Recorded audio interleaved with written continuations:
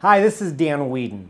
I'm a crisis management expert, and today we're going to talk about the recovery phase of a business continuity plan. Let's face it, no matter how much preventative work you put into your crisis management plan, crisis and disasters still happen.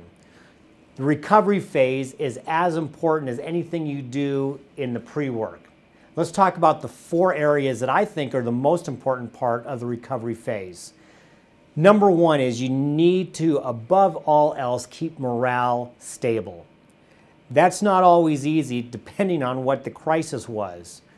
Your job is to make sure that the employee morale as a whole stays positive, that they are still working positively, working with their clients, working with their customers, prospective clients, whoever it is that they're working with, even each other. They need to have a good morale because that can't be faked, and that's the one thing that could plummet you even more so than the crisis did. So keep employee morale at a stable place.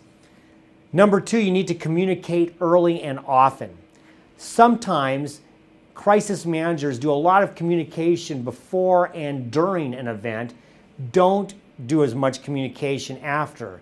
It's highly important, not only for your employees, but for your customers, that they know what's going on, even if there's no changes. Not saying anything doesn't bode well. People start wondering and worrying and thinking, boy, are they not saying anything because things are really bad? Be very cognizant of being a good communicator. You have to communicate early and often with everybody, even during the response time. Number 3 is you need to track what's happening with your insurance. You may have put in a claim for your insurance. That means you need to be having new stuff being brought in or reimbursement in income and different things. Make sure that you're working with a good insurance broker and that they are on top of things so that when the insurance is taking care of what it's supposed to take care of, it's getting logged in and it's not falling through the cracks somewhere. You need that insurance money or you need that new property. That needs to be taken care of quickly. And then finally, you need to be a positive leader. People are going to key off of you. You've been in this stressful, chaotic situation, and sometimes you don't realize that you're showing it.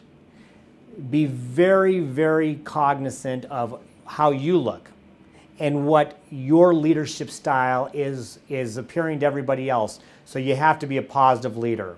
So the 4 most important things when you're recovering from a crisis: number 1, keep morale stable. Number 2, communicate early and often. Number 3, make sure your insurance is doing what it's supposed to do in a timely manner. And number 4, be a positive leader. This has been Dan Weedin. I'll see you next time.